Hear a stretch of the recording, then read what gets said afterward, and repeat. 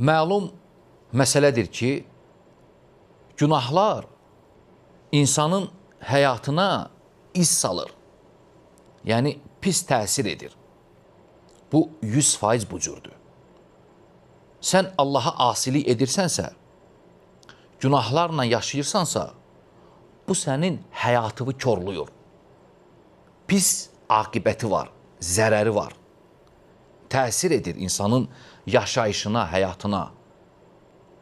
Hətta vallahi ona aid olan şeylərə də təsir edir. Sənin etdiyin günah.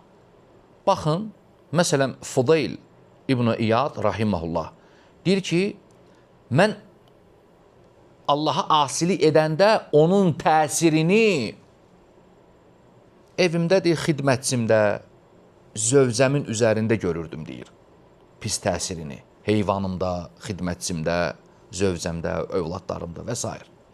Siz təsəvvür edin, günah necə təsir edir insanın həyatına? Lakin bir çox insanlar bunu bilmir, qafildir bundan.